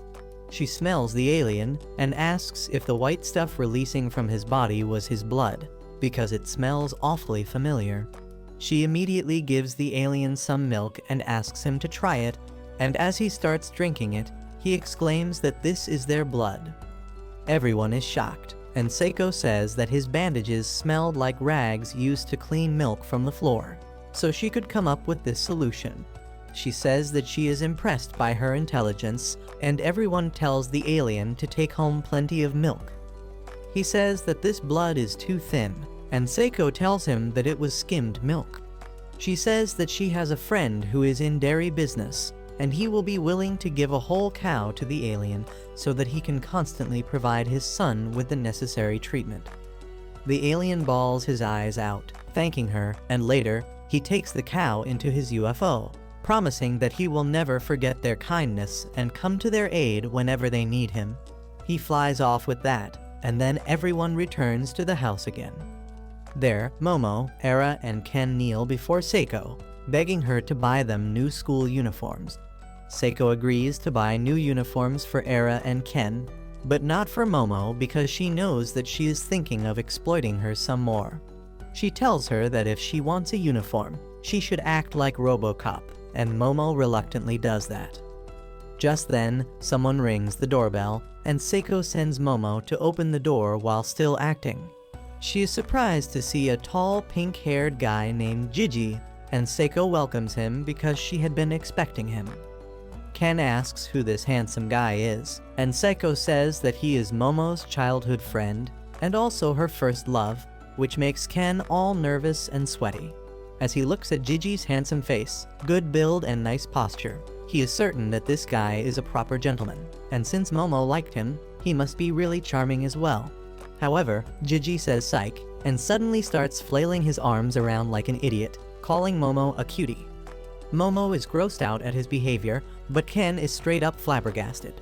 He doesn't understand how can there be such a gap between the guy's looks and behaviors, and Momo asks him to help her in killing him. Seiko walks towards Gigi, who immediately stands straight and starts rizzing her up, saying she is still as beautiful as ever. She is impressed and tells him to bring his stuff inside quickly. Momo asks her what the hell is happening, and Seiko tells her that Gigi is going to live with them from now on. Momo absolutely goes apeshit crazy on hearing this, but Gigi is still dancing like an idiot cause he is one. He goes inside after giving Ken a cool pose, and he is worried about him living under the same roof as Momo. Era, however, has another concern. She is convinced by Gigi's odd behavior that he is a demon who has come to help Momo in her plan to unleash Ragnarok on this world. She shakes Momo, telling her that they only have a temporary alliance as long as the aliens are a threat. But once that is over, she is coming for her ass. She runs away with that, and Momo is still freaking out because her little brain can't handle everything that's happening. A couple seconds later, Ken says that he will be going home now too, and she suddenly turns sober. As he drags his feet across her front yard, Momo calls out to him and then begins waving at her open palm. He doesn't get what she means, so she tells him that it is his turn to say, "See you tomorrow." Ken shyly tells her that he will see her tomorrow, and though Momo is happy to hear that, he is still as dejected as he imagines her living with her first crush. After a while, Gigi stuffs his face with food, and Momo demands an explanation from Seiko about letting him hear. She explains that both his parents are hospitalized, and being a good citizen, she must help him out. Momo is not convinced by her answer, especially because Gigi keeps praising Seiko with each sentence he says, and she spoils him more and more with that. As they are washing the dishes later, Momo wonders if this goofball was really her first crush who used to make fun of her. Gigi also remembers that, and he suddenly apologizes to Momo for mocking her because she was right the entire time. He tells her that he can see ghosts now, and Momo freaks out. She asks him if he got a golden ball by chance, but he doesn't get that reference and thinks she is asking about his family jewels. Anyway, he tells her that his parents relocated to the mountains because of their job, but their new house was haunted. He started seeing things slowly and steadily until one day, a ghost appeared right in front of him and told him to look at him. Ever since that day, Gigi has been able to see ghosts, and the health of his parents got worse. He contacted some famous exorcists, but 3 of them committed suicide, and the remaining told him to go to Seiko, as she was the only one who can help him. Momo understands everything now, and Gigi suddenly bows before her to apologize for everything. She tells him to stop it, and then boasts that her grandma is going to take care of the ghost really quickly. Seiko quickly shoots her down, saying that Gigi's house is outside her domain, and Momo will have to take this request herself. She tells her that it might be connected to the golden balls, and promises to buy Momo all the uniforms she needs if she takes care of the haunted house. The next day, Gigi transfers to Momo's class and immediately starts acting like a clown. However, he is good looking enough to convert tomfoolery into charisma and instantly rizzes up all the class girls. Momo's friends are initially grossed out by his weird acts, but a couple of flirty lines turn them to his side as well. The girls ask Momo how does she know this guy, and she tells them that he is a childhood friend. Gigi denies that, and says that they are living together after their parents' approval. Momo freaks out and tries strangling him, But then her tan friend gets between them and tells Gigi to stay away from Momo because she already has Ken. On the other hand, Ken is super jealous and insecure about Gigi returning to Momo's life. He wonders if she still likes him, and if he likes her too. He thinks that if they start dating, Momo won't have any time for him, and he will be back to being a loner. To get those bitch-ass thoughts out of his mind, he does what any guy does and starts working out. However, Momo comes looking for him, and he nosedives into a bush in panic. She tells him that she is going to eat lunch here since she doesn't want that bitch named Era to get close to him. Ken tries to focus on his workout, but then Momo says that since both his hands are busy, she can feed him with her hands. Ken's heart skips a beat, and he nervously accepts the offer, but just then, Gigi comes there. He tells Momo that they should eat lunch together, and while she turns him down initially, as soon as he pulls out her favorite snack, she immediately goes to him, leaving Ken with more jealousy and insecurity. He decides to leave them alone and move on from his unrequited feelings because that would be the best for everyone. However, just as he turns around the corner, he is met with the greatest shock of the day. The human anatomy model from their bio class is running towards him, yelling that it won't stop. Ken freaks out on seeing it, and immediately runs towards Momo to get help. However, the model overtakes him and heads right ahead. Momo stands in its way, but before she can use her power, Gigi jumps on her to bring her to safety, making Ken even more jealous. The model jumps above them, and Momo sees a golden ball right where it should have too. She immediately yells at Ken that the model has his second family jewel, and tells Gigi to let her go because she needs to do something about it. He refuses to let her go because it is dangerous, so Momo uses her psychic powers to latch on to the running model. However, it easily pulls her along with it, and Gigi keeps clinging tightly to her. Ken runs after them as Momo asks him to stop the model, but he is more worried about Gigi holding tightly to her. The animated model quickly gets away from him, and Ken removes all his weights before transforming into his super self and then accelerates ahead. He quickly catches up with the model, who tells him that he is not going to let anyone stop him. Momo tries to reach Ken, but the model is super fast. Ken tells her to use the power lines, and she uses them to get closer to Ken, but in doing that, she accidentally brings herself in front of the almighty truck Kun. Luckily, Ken saves her and Gigi from being sent to another world at the last moment and then carries both of them on his back while evading the traffic. As he chases after the model, Gigi starts hitting him, calling him a monster, but Momo tells him that this is Ken. He spots the model running away in the distance and quickly reaches close to it. Momo grabs it with her powers and Ken provides them a stable foothold to pull it towards them. The model clings to an electric pole with everything that it has got, and he puts so much strength that his body literally splits apart and then instantly places itself back like a puzzle. He escapes with that, and Ken and others lose sight of him. As they are frustrated, Momo hits something in her hand, and suddenly, she hears a loud cry coming from the model. She follows the voice and keeps squeezing the thing in her hand to follow its cries to a dumpster. The model is lying flat on the ground, because when it split earlier, Momo stole his heart, and she had been using it to torment him. She promises that she is not here to harm him, and tells him to show his family jewels because one of them might belong to Ken.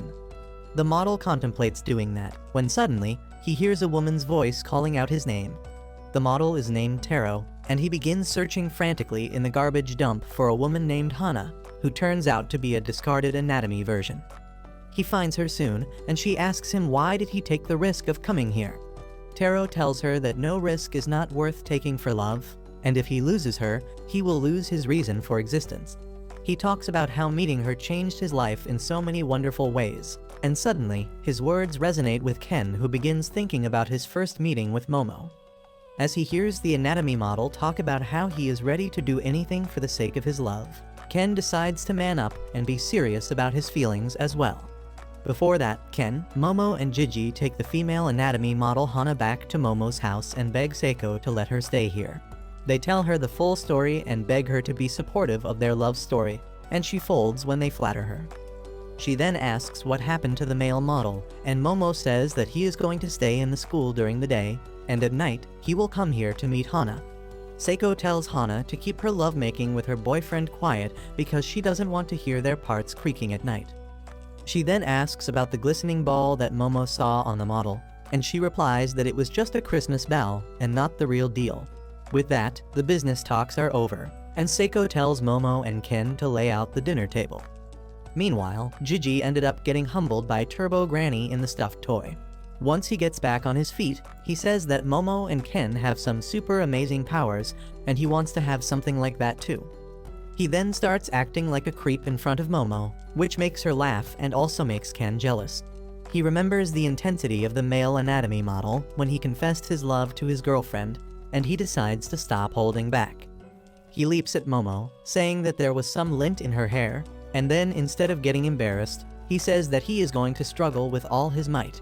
She asks him if he ate his grandpa's meds today, but Ken starts circling Gigi like a monkey and yelling that he is only looking at her ever since they met. Gigi just thinks that he is his brother from another mother, and they begin to act like monkeys together till Seiko tells them to shut up. She then tells Momo to pack her clothes, and especially her underwear, because she is going to stay at Gigi's house over the weekend. Momo is embarrassed, but Ken is shocked. He wonders if he is going to be the protagonist of an NTR manga, but Momo tells him that she is just going to exorcise a ghost in Gigi's house. He is still not satisfied and asks if she is going there alone, and she says that she was going to ask him to come with her later. Ken tells her that she should have done that sooner. Later that night, the male anatomy model runs out to meet his lover, scaring the bejesus out of the 4 students who were here to shoot a new video to upload on the hub. He runs through the city, boards a train, and then reaches near Momo's house. But on the way, Truck-kun hits him, shattering him into pieces. Meanwhile, Momo keeps Hana company while she waits for her boyfriend, but he doesn't come and Momo falls asleep. Only after the sun rises, the male model comes there and hugs Hana, saying that he overcame all obstacles to be with her. When Momo wakes up after that, she finds them kissing and tells them to get a room. On the other hand, Gigi has not been able to get any sleep all night because the ghost from his house is still haunting him. Later that day, Ken, Momo, and Gigi board a train to his house. They play card games, and on seeing how Momo and Gigi are always in complete sync, Ken begins to feel insecure about his shortcomings. He decides to get her attention by yelling that he will start talking about aliens on Earth, and Momo suddenly starts getting interested. Ken pulls out a book and begins telling her about how certain aliens disguise themselves as animals, and he believes that most of the giant snakes in this world are actually aliens. Gigi chimes in, saying that there is also a 200-year-old legend about a giant snake in his area too, and Momo eagerly says that she wants to see the giant snake. Gigi says he will show it to her later, but she will have to stay close to him at all times. Ken tries to show her a picture of the shrine of a mummified kappa, but the one who takes more interest in it is Gigi. He says that he wants to see a kappa and the Loch Ness monster too, and Ken suddenly gets lost in the conversation. He says that the pictures of Nessie are fake, but he saw the real deal just a few days ago. Gigi is blown away by this, and as he keeps on talking about the supernatural, Ken realizes that talking with him is fun. Gigi says that he respects Ken as a friend, and that shocks him because he didn't think they were official friends. Gigi acts heartbroken, saying that he thought that since Ken was Momo's friend, he is going to be his friend too. Ken apologizes, saying that he is just an awkward fellow, and that gets Momo's heart racing because it's the dialogue of her favorite actor. When Gigi asks her what is up, she refuses to tell him, and he throws a tantrum. Ken now realizes that Gigi is a really good person, and his weirdness makes him easy to befriend. He can't even hate him for hogging all of Momo's attention now, and wonders what should he do. Anyway, they soon reach his city, which turns out to be a hot spring town. Gigi tells them that his dad researches volcanoes, so he moved here to study the nearby volcano. Ken asks more about the volcano, and Gigi says that it erupted 200 years ago last time. They keep on walking and soon come to a flight of stairs. Gigi excitedly tells them to follow him, and as they somehow reach the top of the stairs, another set is waiting for them. Gigi doesn't even wait for them, and by the time they finally reach his house, both Ken and Momo are exhausted. He asks Momo if she sees any wicked aura around his house, and she tells him that it looks totally normal to her. She decides to head inside first, but Ken notices something in the woods. He doesn't have time to ponder on that as he follows them inside, but it turns out that the creepy, ugly people of the town have gathered to give them a not-so-warm welcome. Once they enter the house, Momo inspects every corner, but she doesn't find anything wrong. She comes up with a theory that when the spirit mediums sensed something wrong with the house, the ghosts must be active. But right now, they are inactive and hiding. She says that just like in Turbo Granny's case, if the ghosts are hiding, it means that they don't have enough power, and that means she can easily take care of them. Gigi is really happy to hear that, and he begins massaging Momo's shoulders. She is happy to receive his flattery and tells him to bring some juice for her, and he immediately leaves. Momo then asks Ken to sit next to her and relax, because the ghosts will probably come out at night, and they need to recover their strength before that. Just as Ken sits down, Momo tells him that she is going to the hot springs, and tells him to play with Gigi in the meantime. He is worried that it won't be safe, but Momo assures him that she will return before it gets dark. Just as she leaves, Gigi comes with the juice, and on learning that she is gone, he asks Ken if they should play some football. He starts teaching Ken right from the basics, which includes how to kick the ball. Ken finds that he is really pathetic, but he hopes to become better and impress Momo. As he is about to kick the ball with his full strength, Gigi suddenly asks him if he likes Momo, and Ken freezes. He says that Momo is his first friend, and he respects her a lot. But when Gigi says that he likes her face and personality, Ken replies that he likes that too. They start having a competition about who likes Momo more, and that suddenly makes Ken much better at football. They keep fighting during the entire time, but then suddenly, Ken sees something weird about the house. There is a wall next to the house, but there is no room in that location, and there seems to be no other use of the wall as well. On the other hand, Momo decides to get out of the hot spring since she has relaxed enough. But just then, a whole gang of ugly bastards come there. They enter the bath, telling Momo that she must be a real bitch for coming to the mixed bath despite her age. They start approaching her and Momo gets terrified as she wonders what she is going to do now. Meanwhile, Ken and Gigi find that one outer wall of the house is hollow, and it is right next to the mystery wall they saw outside. Gigi says that they should break it because it must have some clues about their case, and as he makes a hole in the wall, he finds a room full of talismans. On the other hand, Momo decides to use her psychic powers to beat the men and run away, but before she can do anything, one of them emerges from the water and grabs her hands. He pushes her under the water, and Momo gasps for breath, realizing that she might get the Diddy Party experience without the baby oil. However, just as the pervert is about to pounce on her, Momo's power suddenly activates, breaking a stone statue and hitting the guy in the head.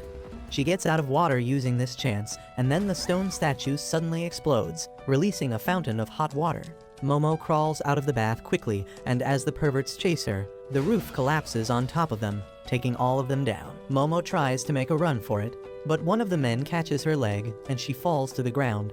He creeps on top of her, but then suddenly, the wall in front of them falls towards them, and Momo makes it out safely thanks to the power of the plot armor because she was sitting right where the door was. Suddenly, she hears Turbo Granny telling her that she was lucky that this is an old rundown place. Momo is shocked to see her, but Turbo Granny says that she overheard their conversations and snuck into her backpack to enjoy the hot springs. Momo tells her that she just had to ask, but then she begins thinking how she will explain the mess to the hot spring owners. Turbo Granny tells her that it is not her fault, and just then, the locals arrive there looking for the person who destroyed the place. Momo hides and dresses up, while the locals spot the perverts who are known troublemakers in this area. While the perverts try to escape, Momo quietly sneaks from the back, cursing them from the bottom of her heart. She then heads back to Gigi's place with Turbo Granny, and she asks for her expert advice on Gigi's house. Turbo Granny tells her that the place is beyond saving because it has soaked up too much human blood. Back in the house, both Ken and Gigi panic because of the ominous aura the talisman room gives, and they decide to wait for Momo to return because they can't do anything about the situation on their own. Just then, the doorbell rings and Gigi rushes to the door, thinking that it is Momo, but to his shock, it is a bunch of creepy and ugly pale old ladies. Turns out, these ugly old ladies run the local housing cartel, and they immediately make themselves comfortable, eating snacks and gossiping about the families that live nearby. Ken doesn't understand what is going on, so he asks Gigi to elaborate and learns that these ladies own most of the rental property nearby, and his house is one of them. They are allowing him to stay here without paying rent while his parents are in the hospital, and Ken freaks out because he doesn't want them to find that they have punched a hole in the wall. Suddenly, the leader of the ladies asks Gigi if he brought in another spirit medium or exorcist to their place, and he immediately refuses, saying that Ken is just a friend who wanted to visit him. The old ladies get angry at Gigi, telling him that there are no evil spirits around here, and he should stop doing things that will reduce the value of their property. Their leader suddenly pulls out a double-barrel shotgun, saying that she has a hunter's license, and accidents happen all the time in hills, like mistaking a person for a wild animal. She points the gun at Ken and Gigi, who tells her that she might get into trouble with police if she points her gun at someone, and speak of the devil, a cop comes there just then. However, he completely falls silent when he sees the old lady pointing a gun at Gigi, and the very next moment, the four perverts come inside. They begin talking about how they were in trouble because the locals caught them, but thanks to the police officer, they were able to get out without any issues. Turns out, they are the members of the same family, and the old boss lady is their mom. One of the guys creeps up on Gigi, asking who the guest is, and he introduces Ken as his best friend. However, the guy is really suspicious of him and asks him to name Gigi's favorite soccer team if he is really his best friend. Thanks to his observation skills, Ken is able to guess that it is PSG, which saves both their. The old lady then asks Gigi about the girl that he brought along with him, and he tries to feign ignorance to save Momo. However, the boss lady knows everything already, and she is pissed at Gigi because she doesn't tolerate liars. On the other hand, Momo visits the local shrine that is said to have the skin shedding of a giant serpent spirit. She is shocked to see a priest doing a headstand in front of the shrine, and he ends his exercise session to welcome Momo, and starts the conversation by telling her that he wants to become a YouTuber. He then opens the door to the main temple to show her the snake spirit's skin. Momo is utterly disappointed because the damaged skin looks too small and ordinary to belong to a legendary snake spirit, and the eyebrow priest agrees with her. He begins telling her the village lore about how they worshipped the snake spirit because when he got angry, the volcano would erupt and destroy the entire village. In the past, one person was sent to the volcano as a sacrifice each year to satisfy the serpent god, and because of that, the village was blessed with peace and profitable hot springs. However, the eyebrow priest thinks that the stuff about the serpent god is a made-up story, and it just shows how ignorant and stupid people can be tricked into doing inhuman things in the name of peace. He tells Momo that he doesn't want something like this to happen again, so he personally tells everyone about this story, even though he just wants to become a headstand YouTuber. Momo simply tells him to tell the story on YouTube while doing a headstand, and the guy acts like he has achieved enlightenment.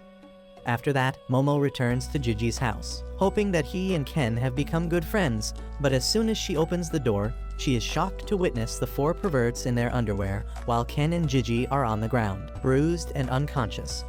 She doesn't even have the time to understand what is going on when Gangster Granny tells her sons to capture her because then they will have all the sacrifices they need. Unfortunately for them, Momo's grandma didn't raise a whip. She immediately starts throwing hands and faces all four perverts all on her own. She manages to knock them all using her psychic powers and quick thinking, but then one guy grabs her from behind and headbutts her. Momo starts feeling dizzy, and the guy grabs and squeezes her tightly, telling her not to resist.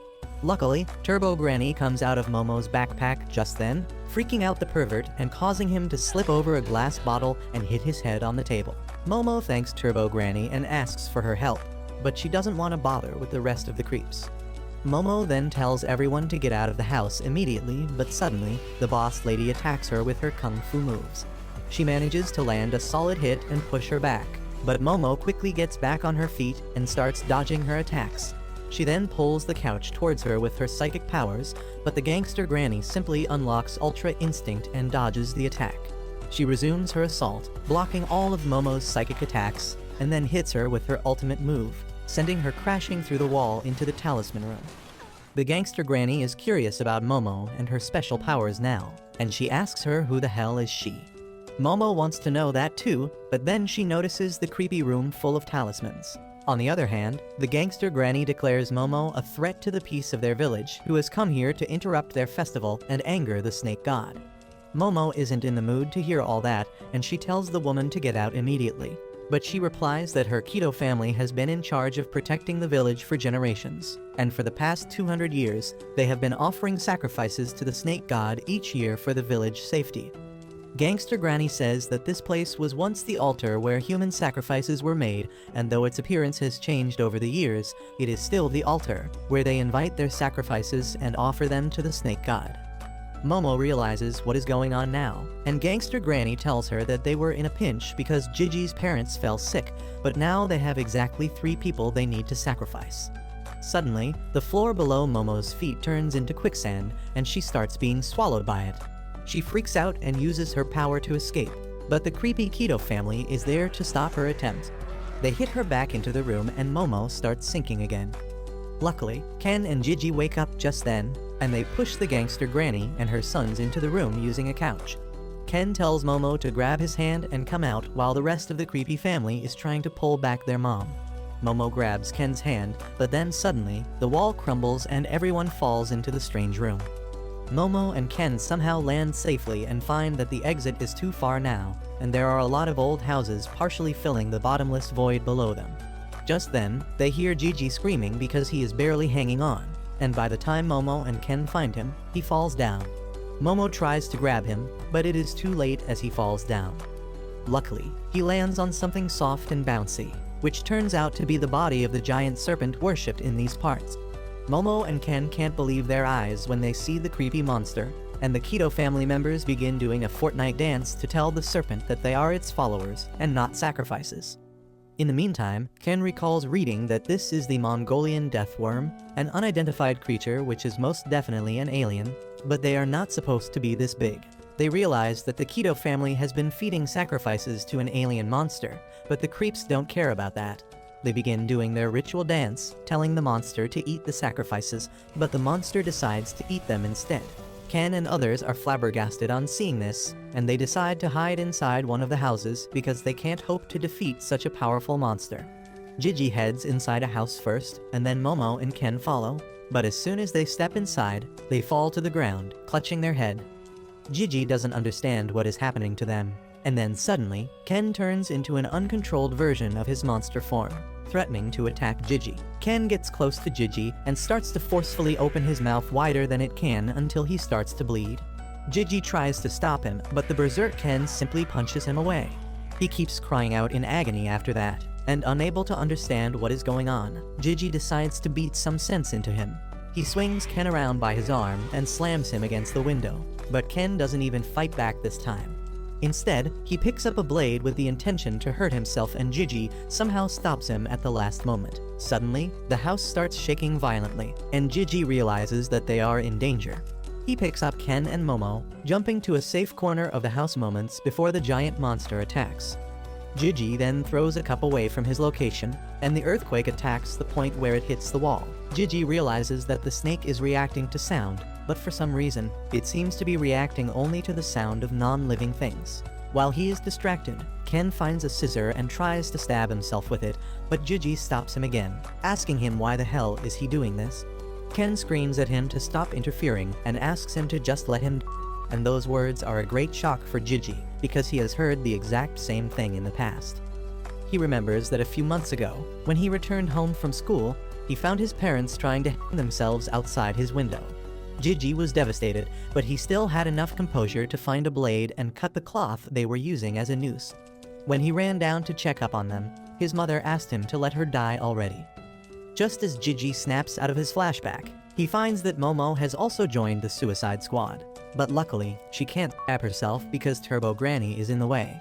While Momo frantically keeps trying to stab herself, Turbo Granny orders Gigi to tie down Ken first.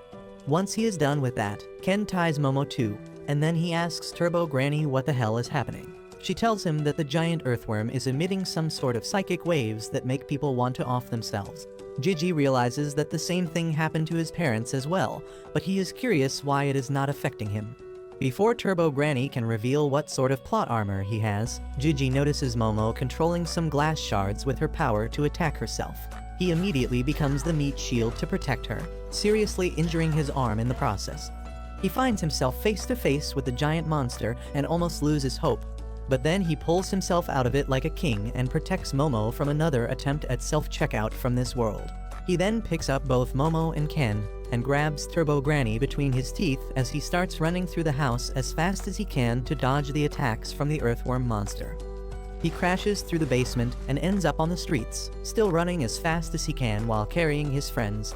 However, he trips on an iron pipe, falling down the stairs.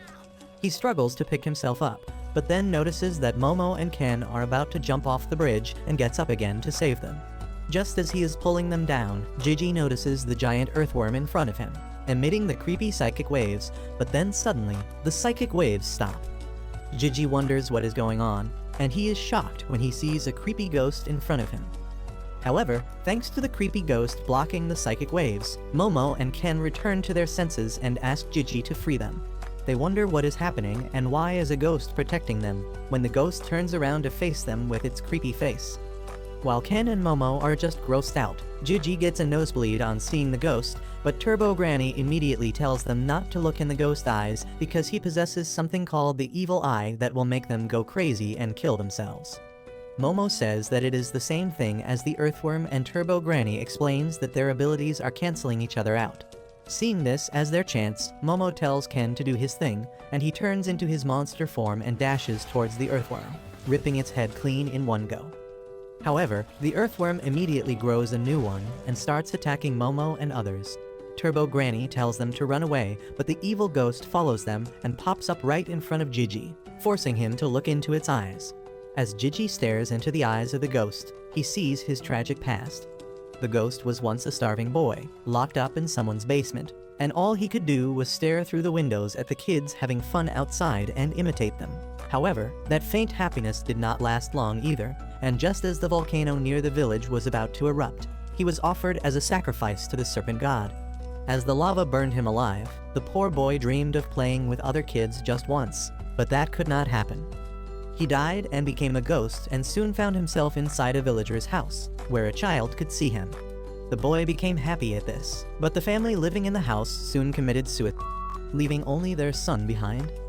Decades passed after that, and the same thing happened twice again. Only after the third time did the ghost notice the earthworm's psychic waves that were forcing the adults to perform self-checkout. Soon, the local landlady arrived there to look at the third orphan kid, and the ghost recognized her as the priest who sacrificed him to the serpent god. The woman decided to turn the orphan boy into this year's sacrifice and buried his entire house under dirt with him tied inside. The poor ghost tried to free him, but he could not touch anything. He was devastated because the situation reminded him of his own life, but then his rage consumed him, and he swore that he would kill the people who made him and the boy suffer. He merged with the boy, turning into the twisted evil eye ghost for his revenge, and now he is possessing Gigi with his intense hatred. Luckily, Momo's voice snaps Gigi out of the ghost's control, and then she tries to get it away from him. However, Gigi tells Momo that this ghost is not a bad person, and he has been suffering alone all these years. He then suddenly starts running downstairs to find the ghost's real body and set him free, and Momo gives chase, realizing that the deeper they go, the older the houses seem. Soon, Gigi reaches the lowest level and opens a heavy door, behind which the ghost's real body is still tied to a pillar, but his hair has grown out to cover the entire room. Gigi pities the poor boy who just wanted to play with friends, but just as he is about to free his body, Turbo Granny tells him to stop. She asks Gigi to stop showing sympathy to the ghost that forces people to commit suicide, but he doesn't agree with her. He believes that the ghost is a good person, and he was the one who protected him all these years when the earthworm was trying to drive him mad. Just then, the earthworm releases a massive wave of energy, causing Momo and Gigi to blank out for a second, and when they wake up, they find the earthworm's sticky puke trickling down the roof and filling the floor. Momo curses her luck and wonders where is Ken when she needs him, unaware that he paralyzed himself after exhausting all his energy in his previous attack. Momo somehow frees herself and gets ready to escape the room, but when she calls for Gigi, she finds that he is not moving at all. The evil eye ghost has started to possess him, and it takes his mind to the room where he was imprisoned. Gigi pities the poor boy even more when he sees him in person. The boy faintly whispers that he wants to play with him, and Gigi tries to cheer him up, saying that he will play with him for as long as he wants. The boy gives a creepy smile on hearing that, because he has been waiting for Gigi to say these exact words for a long time so that he can fully possess him. Gigi screams in pain as Evil Eye gains control of his body, and Turbo Granny tells Momo, this is what happens when they don't listen to her advice. Suddenly, the earthworm releases another powerful wave followed by another round of acidic puke that melts through the roof. Momo can't move her body, and the earthworm moves towards her to devour her, but then suddenly, Gigi wakes up, punching the earthworm away with unbelievable power. He then lands a kick on the monster's head, ripping it off. He declares that now that he has obtained this body, he will kill all humans. Momo is impressed by his power, but also curious when did he strip to his underwear. But Turbo Granny tells her to stop losing her focus because he is going to come after her next. Unfortunately, Momo has no time to listen to her advice, and Gigi, possessed by Evil Eye, kicks her into the wall. He tries to finish her off, but Momo protects herself with a psychic force barrier. Evil realizes that she has a strange power, and also recognizes Turbo Granny as a fellow ghost, and taunts her for being enslaved by humans. Momo tells Gigi to snap out of it, but Evil Eye tells her that Gigi is no more, and he controls this body now. Just then, the giant earthworm wakes up and launches another powerful wave at them. But this time, Evil Eye creates a barrier out of his grudges and hatred that blocks everything. He then collects the hatred of all the souls that were killed in the house and turns them into a ball that he kicks towards the earthworm, drilling a hole into it. He keeps flexing his soccer skill by drilling holes into the monster, who digs a hole in the wall to hide. And in the meantime, Momo is still unable to understand how did Gigi get possessed. Turbo Granny calls her dumb for not realizing what her grandma said repeatedly. She called Gigi a genius because he has an absurdly high spiritual power, and his physical power is quite good as well. Evil Eye was planning to possess him for a long time, and Turbo Granny says that she would also like to possess someone like him. Just then, Evil Eye turns his attention towards them, shooting his curse ball towards Momo, who blocks it somehow. However, Evil Eye uses this chance to attack her from the side, knocking her down. He decides to finish her off, but just as he is about to kick the curse ball towards her, Ken arrives there in his monster form and counters the kick, telling Evil Eye that he is going to pay for punching his girl.